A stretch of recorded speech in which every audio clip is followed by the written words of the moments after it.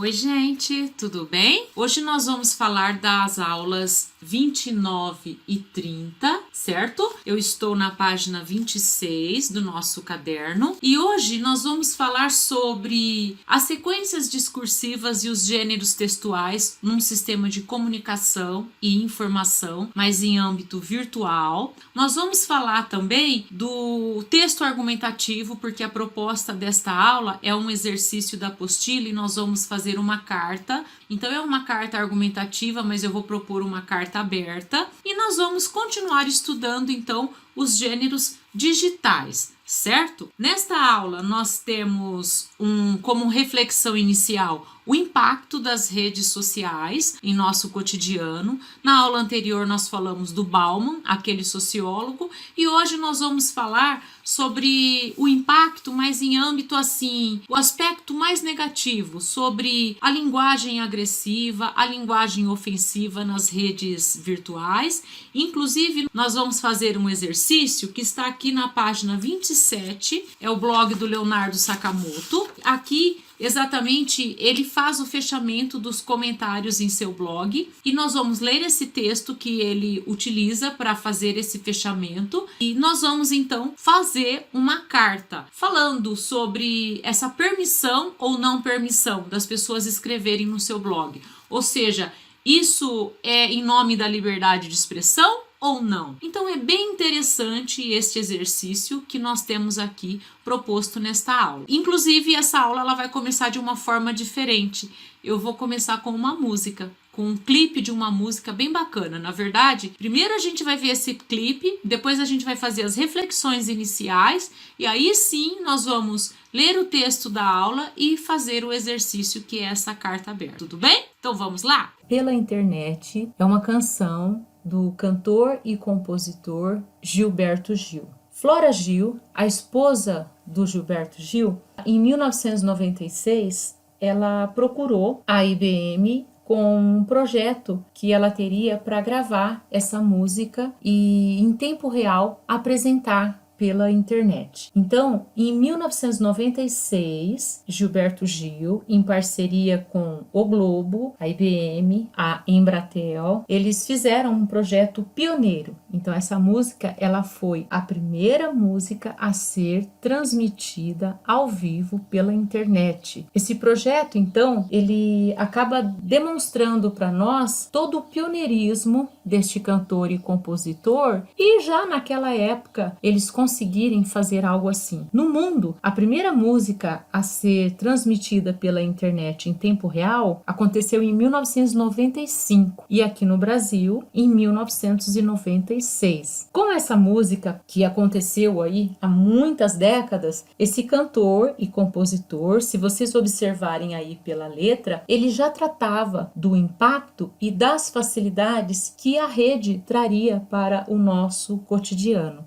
De uma forma bem humorada, essa música também, ela homenageia uma canção pelo telefone, um samba, foi o primeiro samba da história e foi escrito em 1916. Então, por essa música e pela letra, como nós estamos falando aqui das redes digitais, da linguagem digital e da especificidade dessa linguagem, você vai observar que ela já tem todo esse neologismo que veio exatamente de toda essa tecnologia, website, homepage, gigabyte, e aí ele brinca inclusive com as palavras porque ele coloca em formaré e ele faz algumas palavras criadas ali, mas ele já sinaliza o vírus, ele sinaliza também as dificuldades que toda essa facilidade tecnológica nos traria. E isso aconteceu, veja bem, nos anos 80, porque essa música ela foi composta nos anos 80, houve esse projeto pioneiro em parceria aí com a IBM, com o Globo e com a Embratel nos anos 90, e você já percebe então toda essa linguagem de vanguarda, porque para aquela época, praticamente nós ainda não sabíamos de tudo isso. Essa música, além de tratar dessa tecnologia de uma ferramenta cultural, como ele mesmo diz, criar meu website e fazer a minha homepage, você percebe que não só a facilidade é sinalizada, ela possibilita também essa construção coletiva do conhecimento, quando ele fala em velejar nesse informar, aproveitar a vazante da informaré. Então a gente percebe que isso já naquela época foi visto e começamos agora com essas aulas remotas e muita gente está velejando nesse conhecimento pela primeira vez. Então, na verdade, o que nós estamos estudando é essa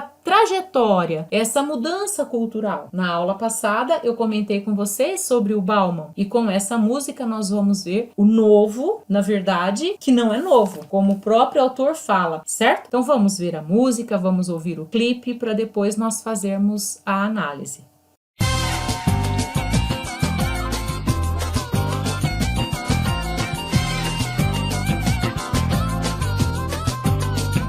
Criar meu website, fazer minha homepage, com quantos gigabytes se faz uma jangada, um barco que veleje. Criar meu website, fazer minha homepage, com quantos gigabytes se faz uma jangada, um barco que veleje. Veleje nesse infomar, que aproveite a vazante da informaré, que leve o muriqui do meu velho orixá, ao porto de um disquete de um micro em Caeté. Um barco que veleje nesse infomar, que aproveite a vazante da informaré, que leve meu e-mail lá até Calcutá, depois o hotlink num site de Helsinki para abastecer.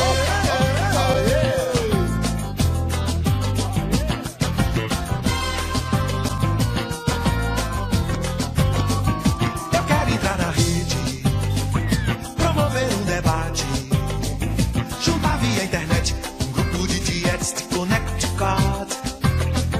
Eu quero estar na rede, promover um debate, juntar via internet um grupo de dietes de Connecticut. De Connecticut acessar o chefe da milícia de Milão. Um hacker mafioso acaba de soltar um vírus pra atacar programas do Japão. Eu quero entrar na rede pra contactar os lares do Nepal, os bares do Gabão. Que o chefe da polícia carioca avisa pelo celular que lá na Praça 11 tem um videopoker para se jogar.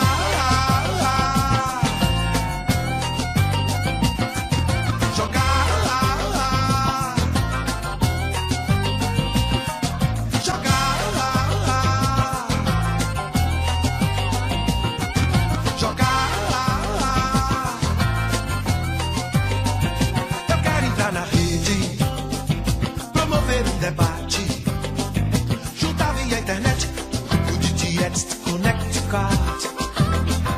Eu quero estar na rede, promover um debate, juntar via internet um grupo de dietes de Connecticut. De Connecticut acessar o chefe da milícia de Milão. O hacker mafioso acaba de soltar um vírus pra atacar programas no Japão. Eu quero entrar na rede pra contactar os lares do Nepal, os bares do Gabão. Que o chefe da polícia carioca avisa pelo celular que lá na Praça 11 tem um videopoker para se jogar.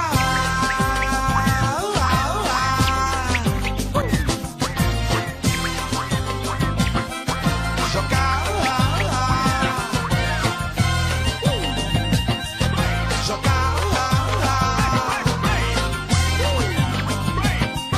Jogar.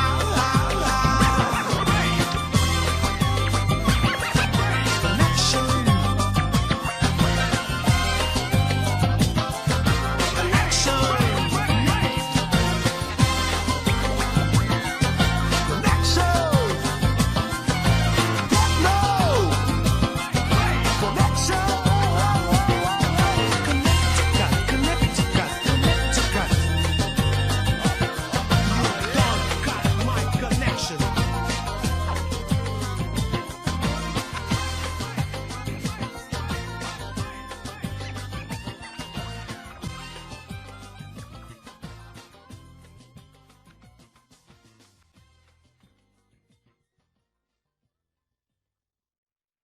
Então, gente, Gil, na música pela internet, ele viu com bastante entusiasmo essa questão da rede, da tecnologia, do acesso à rede, em criar o seu website, em fazer a sua homepage. Mas será que é tudo isso que a música propõe? Será que hoje nós podemos olhar com todo esse entusiasmo que Gilberto Gil viu nos anos 80 e nos anos 90, quando ele fez a primeira gravação de uma música e em tempo real ele veiculou isso pela internet? É claro que não, né? Tanto é, gente, que em janeiro de 2018, 2 anos apenas, Gilberto Gil, já com 75 anos e mais de 50 de carreira, ele reclama. Ele relançou essa música pela internet. A letra tem algumas adaptações e em entrevista, né, e ele citou que as imperfeições se multiplicam nessa multiplicação de possibilidades de acesso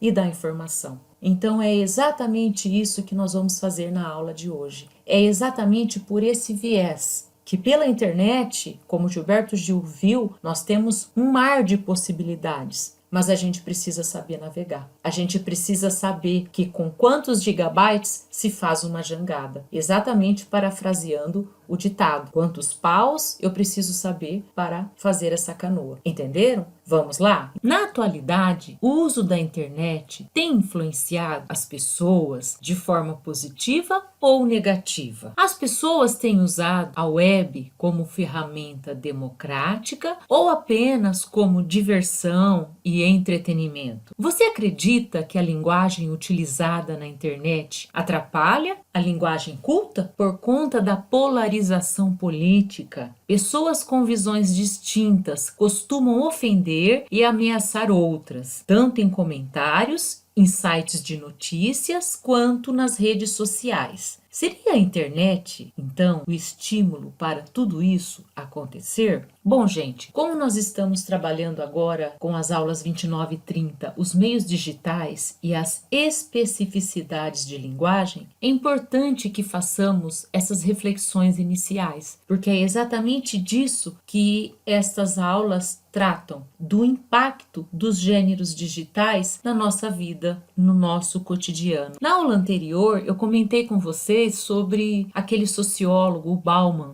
o que ele reflete a respeito das redes sociais e da modernidade líquida. Aqui o enfoque, ele não é exatamente esta questão da liquidez dos relacionamentos, mas sobre o impacto que vem causando, que tanto temos uma visão positiva a respeito de tudo que está acontecendo conosco, com as aulas remotas, com as pesquisas, com a facilidade que nós temos para nos comunicar, mas também esse aspecto ofensivo, criminoso, arredio que vem acontecendo. E é exatamente isso que nós vamos ver aqui nessas aulas. O impacto dos gêneros digitais na linguagem é evidente. Nas redes sociais, como cada usuário tem o seu próprio perfil, o seu próprio espaço, a linguagem ela tem sido bastante variada. Depende muito do perfil que você representa. A maioria dos perfis costuma ter uma marca de afetividade e a linguagem costuma ser informal ou adequada ao público específico que irá ler e interpretar aquela mensagem proposta. Já os perfis públicos, eles costumam ser impessoais, objetivos e os efeitos da escrita,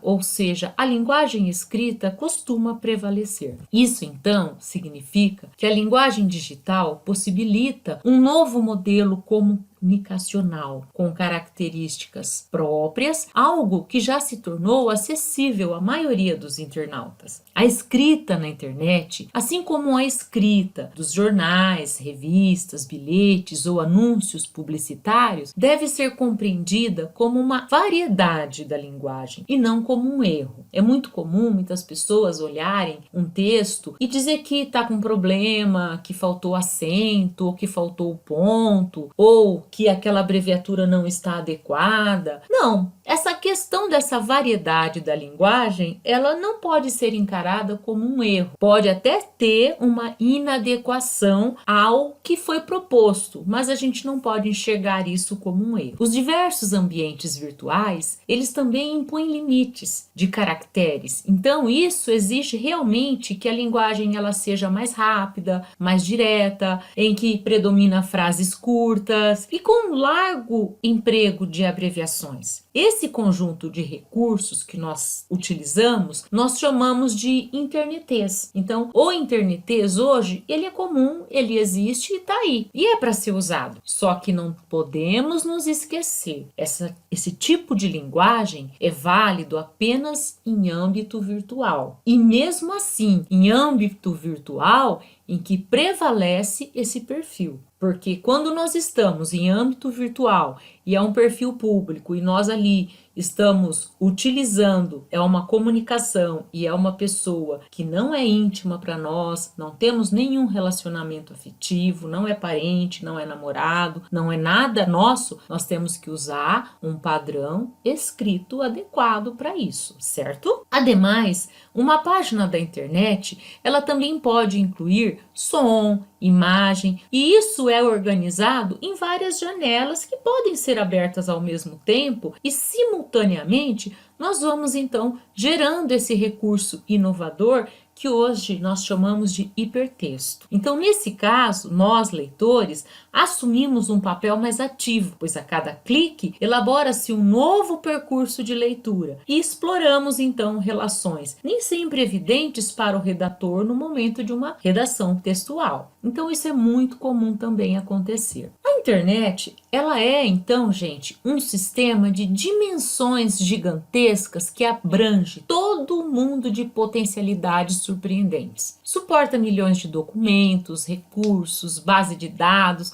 variedade de métodos de comunicação. Se bem aproveitada, é a melhor oportunidade para melhorar a educação e a comunicação nos últimos tempos. Pode-se dizer que a internet é um meio de comunicação que se enquadra no dispositivo todos e todos. Ela proporciona a interação entre locutor e interlocutor, uma vez que em rede qualquer elemento adquire a possibilidade de interação entre pessoas dos mais diferentes lugares do planeta, facilitando, portanto, o contato entre elas, assim como a busca por opiniões e ideias convergentes. Nesse contexto, as redes sociais, elas têm adquirido uma importância crescente na sociedade moderna. São caracterizadas, dentre os diversos tipos de rede social, pelo compartilhamento de informações, conhecimentos, interesses, esforços em busca de objetivos comuns. Nesse sentido, refletem um processo de fortalecimento de maior participação democrática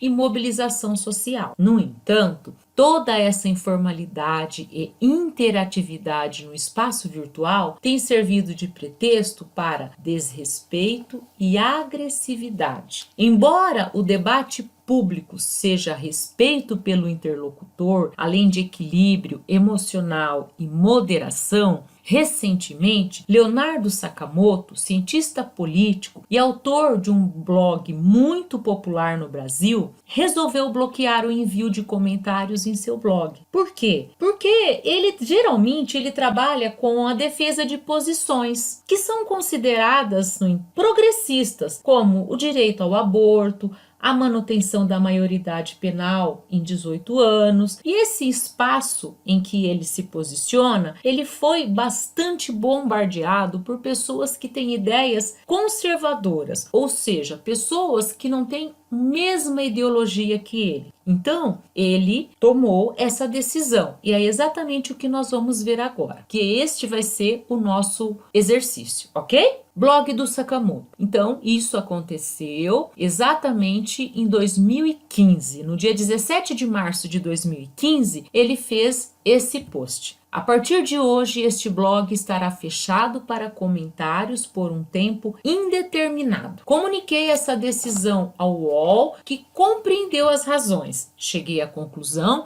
de que não posso e não devo disseminar um espaço em que as pessoas se encontram não com o objetivo de dialogar e defender as suas posições, mas para destilar ódio, difamar e ameaçar. Durante mais de 8 anos, acolhi diferentes posições e opiniões, garantindo um espaço de debates e construção coletiva de ideias. Contudo, de uns tempos para cá, a despeito da maioria dos leitores que enriquece e muito o debate e da moderação que exclui o chorume, a caixa de comentários se tornou um lugar voltado à troca de ofensas, o que não contribui em nada com o livre debate de ideias. É uma pena que um número considerável de leitores, que são a maioria, percam uma arena de discussão por conta de outros que só querem soltar seus leões. A eles e a elas, peço minhas humildes e sinceras desculpas. Espero reabrir em breve os posts para os comentários.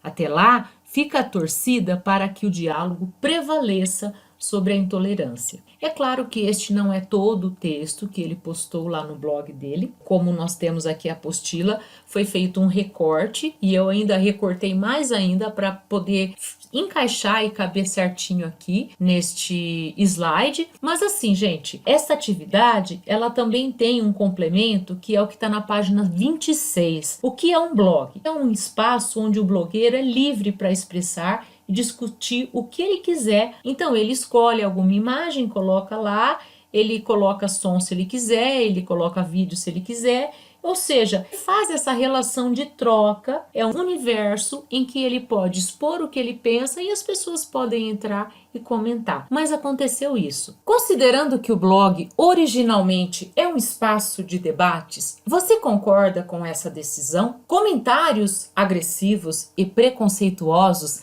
devem ser permitidos em nome da liberdade de expressão? Então, gente, está bem atual tudo isto. Se vocês pararem para observar o que está acontecendo em nosso cotidiano, especialmente em âmbito político, o inquérito das fakes, muitas pessoas, em nome de uma liberdade de expressão, estão aí brigando para que retire esse inquérito das fakes, porque isso afeta a nossa liberdade de expressão. Que nós podemos ter liberdade para escrever o que a gente bem pensa nas redes, no Instagram, no Face, WhatsApp. E há algumas pessoas que não. Dizem que quando são agressivos, quando são preconceituosos, quando são ofensivos e ameaçadores, nós não devemos ter essa permissão. E se vocês observarem, agora, esta semana, o Facebook derrubou várias contas. Foram exatamente 73 contas derrubadas